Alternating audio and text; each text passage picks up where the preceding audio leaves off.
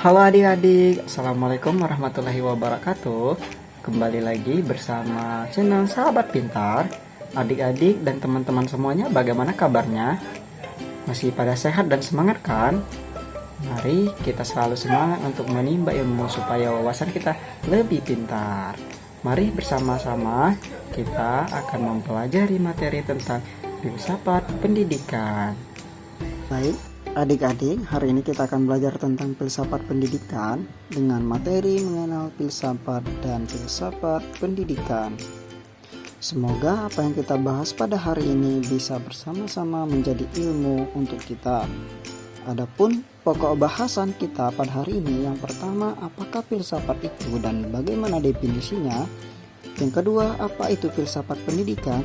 Yang ketiga, apa yang menjadi persoalan filsafat? Yang keempat, bagaimana berpikir kefilsafatan? Yang kelima, apa yang menjadi cabang filsafat? Selanjutnya, ada tujuan pembelajaran kita pada hari ini.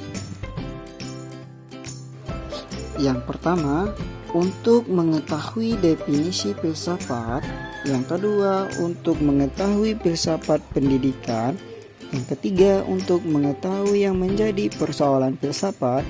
Yang keempat, untuk mengetahui bagaimana berpikir kefilsafatan. Yang kelima, untuk mengetahui cabang filsafat. Langsung saja adik-adik kita masuk ke pembahasan pertama, yaitu apakah filsafat itu dan bagaimana. Istilah filsafat sendiri ditinjau dari dua segi, yaitu dari segi semantik dan segi praktis. Selanjutnya yaitu segi semantik.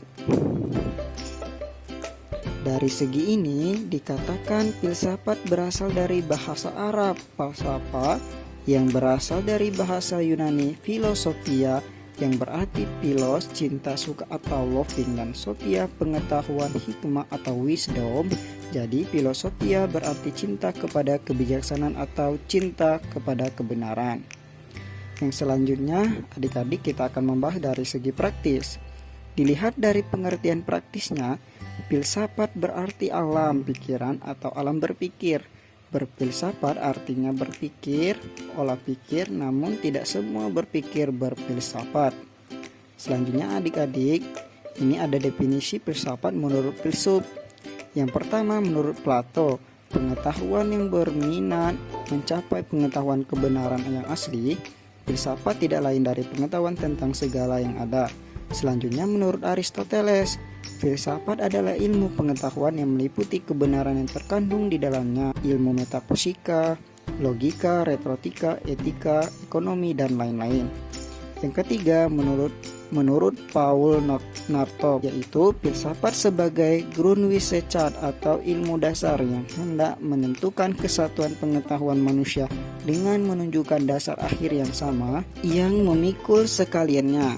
Yang keempat, menurut Profesor Muhammad Yamin, filsafat ialah pemusatan pikiran sehingga manusia menemukan kepribadiannya, seraya di dalam kepribadiannya itu dialaminya kesungguhan.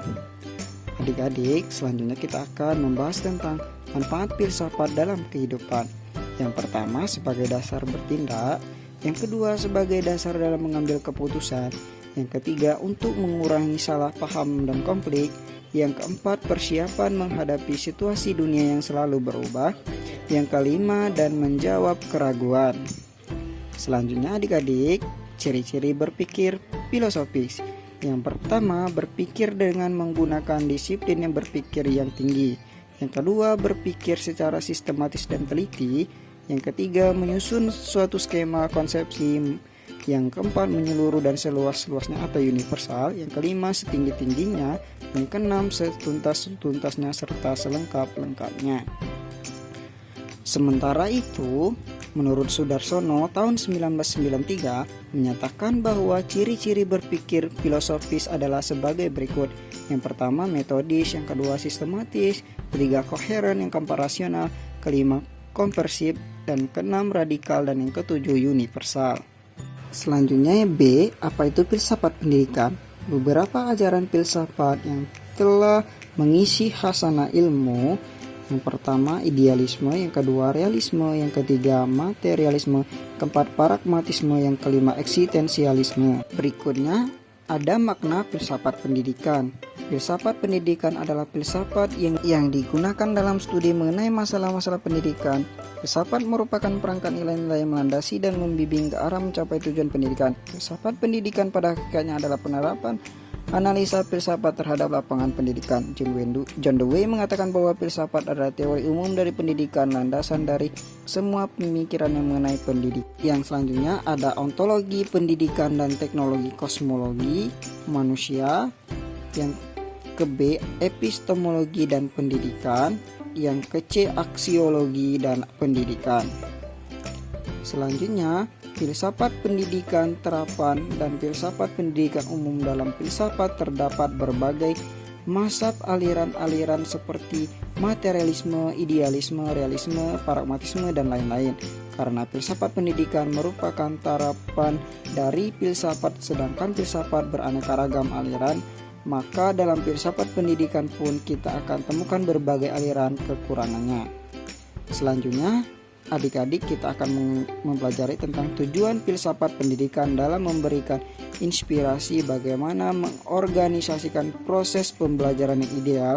Peranan filsafat pendidikan memberikan inspirasi, yakni menyatakan tujuan pendidikan negara bagi masyarakat, memberikan arah yang jelas dan tepat, mengajukan pertanyaan tentang kebijaksanaan.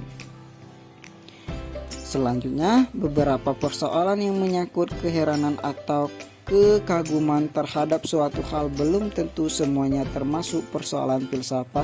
Yang termasuk persoalan filsafat memiliki ciri-ciri sebagai berikut. Yang pertama, bersifat sangat umum, tidak menyangkut fakta, bersangkutan dengan nilai-nilai atau values, bersifat kritis, bersifat sinoptik, bersifat implikatif. Berpikir secara kefilsafatan sudah pasti berpikir secara menyeluruh dan sistematik, karena berpikir adalah kegiatan menghubungkan pengetahuan, mengelola informasi yang diterima. Apakah sebenarnya berpikir secara umum setiap perkembangan dalam ide, konsep, dan sebagainya dapat disebut berpikir? Mari kita ulas bersama-sama. Adik-adik, apa saja sih yang menjadi cabang filsafat? Jenis-jenis persoalan filsafat bersesuaian dengan cabang-cabang filsafat. Ada 3 jenis persoalan filsafat. Yang utama yaitu persoalan tentang keberadaan, persoalan tentang pengetahuan, dan persoalan tentang nilai-nilai metafisika, epistemologis, aksiologi. Baiklah teman-teman semuanya dan adik-adik semuanya, demikianlah materi tentang filsafat pendidikan. Semoga apa yang telah disampaikan tadi dapat bermanfaat bagi kita semua dan bisa kita terapkan dalam kehidupan sehari-hari dan menambah wawasan kita serta kita bisa lebih pintar. Sekian dari saya, terima kasih, bye-bye.